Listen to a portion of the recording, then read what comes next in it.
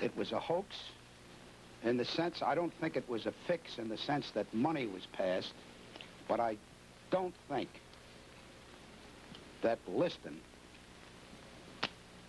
tried as hard as he should. He just took a punch and got out of there. That's the way it looked to me. Afterwards, when he got up, he certainly wasn't unconscious. He seemed in possession of his faculties. He ducked, knew enough to duck, about 5 or 6 right and left hands. Now, I'm not jumping on the bandwagon after the fight. Before the fight, I refused to pick a winner because I didn't like the circumstances of it. People connected with it.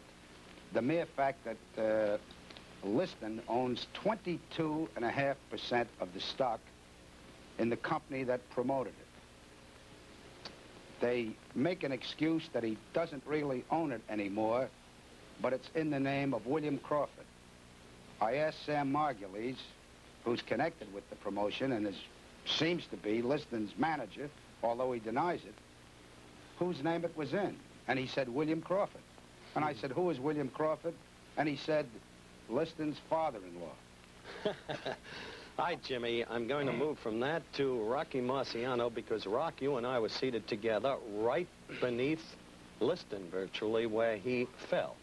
Weren't you under the impression that he slipped or tripped rather than fell? Yes, I did, because Clay was in no position at the time to throw a solid punch. He was moving from side to side in those funny moves that he makes, and it looked like he pulled back, threw a sort of a leading right hand without too much power, but from the films, evidently after he threw it halfway, he then put some power behind it and did get in about 6 inches of punching power. Didn't you feel that Walcott thought Liston slipped or tripped? Yes, he acted that way because he just didn't start the count at all. Well, here's a good chance, gentlemen, for a break. We'll get to Bill Hines and Jack Dempsey in just a minute, so let's take 60 seconds out for another kind of sport, shall we?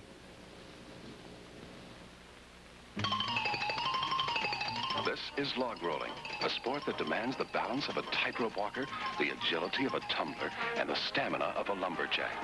Yes, when it comes to a champion, the proof is in the rolling. And when it comes to a champion smoking tobacco, the proof is in the puffing. That's why Prince Albert is America's largest-selling smoking tobacco. Yes, the proof is in the puffing. Prince Albert burns steady. Prince Albert smokes cool. Prince Albert tastes fresh. And now, for the man who prefers the convenience of a pouch, Prince Albert comes in this handy new foil pouch, as well as the famous pocket tin.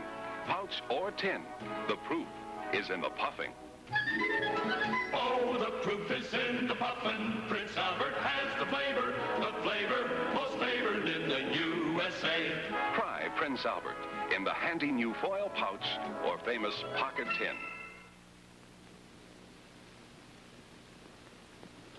All right, let's resume and let's talk to the Manasseh Mauler, Jack Dempsey. Jack, you deliberately did not look at that fight until today when you've seen the films. That's right. What's your view of the films? Well, there's very little to see, except I saw the punch, and the list looked very slow, and there was so much confusion, you can't tell what was going on. You think it was a knockout blow? Well, I don't know how hard he was hit. Not being on the receiving end, you never know just how hard these punches do come over, but I didn't see the punch go over. Earlier, you were quoted as saying that you didn't want to see the fight or even hear it because you expected that this kind of thing was going to happen. Well, I felt that something could happen, and I didn't want to, if you can't say something good, why say anything at all? I didn't want to say nothing. All right, Bill Hines, you edited the very film that the viewers have seen today. You satisfied that there was a sufficiency of force in that punch to knock out Liston? I think the answer, Howard, rests with Mr. Liston. If he couldn't get up, I think he belongs in Rochester, Minnesota, where the Mayo Clinic is. And if he wouldn't get up, I think he belongs in absentia. Which is where he'll likely be from here on in. I think so. Billy, the thing that puzzles me is the documented record shows that Liston had never before been felled, and Clay had never before been a one-punch knocker-outer. Now, in the wake of those facts, how could this have truly been a knockout punch? Well, I think you'd have to understand Liston's entire physical condition, and we're not sure of that. We're really not even sure how old he is. He says he's 31, and we say he's 31 plus. Mm-hmm. Certainly he looked like an old man, and as the two pros here can tell you, when you get to a certain age, you just don't live under a punch the way you did when you were young. So I think that's a factor, too, Howard. Well, Rocky, when you were not so young, really, in your career, Archie Moore decked you with a short right that only traveled about 6 inches, didn't it? Yes, that was when I missed him with my own right hand and had the full force going. And Archie, the clever man, just stepped back just about 3 inches and hit me with the best counterpunch you ever saw. And coming in and he coming in, I just went straight forward. What do you think about when you go down? Well, you realize that you can be put down, and it's a frightening thing to know that you can be put down. The punch traveled just a short distance, and you say to yourself, he can do it again. I better be a lot more careful, or a lot more aggressive, either one. Was Clay's punch at all like Moore's? No, not really. I thought he just started it more or less to parry, and all of a sudden he saw the opening and he threw some power at the last moment. I've noticed that on the film here. He didn't have his body behind it or any real follow through. It was just a over the right arm and right on the chin. It could have hit him in a good spot and just confused him very much. Well, as our viewers can see, that punch continues to remain very much in dispute. Our guests have been Jimmy Cannon, Jack Dempsey, Rocky Marciano, and Bill Hines. Thank you, gentlemen. The mystery of the punch unanswered. That's the way it was that May 25th, 1965 in Lewiston, Maine, in a high school hockey rink where they had a heavyweight championship fight. The big questions remain unanswered. Yes, there was a punch, but was it of sufficient force to knock out a man who had never been floored before? What about the referee, Jersey Joe Walcott, and his total confusion?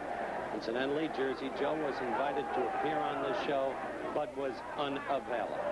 Had he counted, could Liston have been up in time? Did Liston really, for that matter, get a fair shake? And what about all of the other bizarre circumstances attendant upon the fight? The way it got, for instance, to Liston. Well, some say this was the end of boxing. Congress may bring in a federal boxing commission. Some states want to wipe out boxing. But this may, in fact, have been a new beginning, because Floyd Patterson now in Sweden says he's been promised a fight in the fall. And right now, there's a man in the ring, George Chavallo, and there he is, who wants to fight the heavyweight champion. He's ready at that moment. He may get the next shot. Indeed, this may be a new beginning. That's the story of the big fight, Muhammad Ali against Sonny Liston. What about next week on Wide World of Sports? Well, next week, ABC's Wide World of Sports will be at the Commodore Hotel in New York City for the World Pocket Billiards Championship. Luther Wimpy Lassiter will be defending his title against Joe Balsas. Lassiter and Balsas meet in the finals of this competition involving an outstanding field of America's pocket billiards players. Also next week, we'll present an outstanding topical event of international significance. So be sure to check your local listings for ABC's Wide World of Sports next week. The executive producer of ABC's Wide World of Sports is Rune Arledge. The Clay Liston segment was produced for ABC by Jim Spence and Jim Colligan and directed by Marshall Diskin, Bob Delaney, and John Sedgwick. Parachuting coverage produced by Jack Lubell and directed by William Bennington.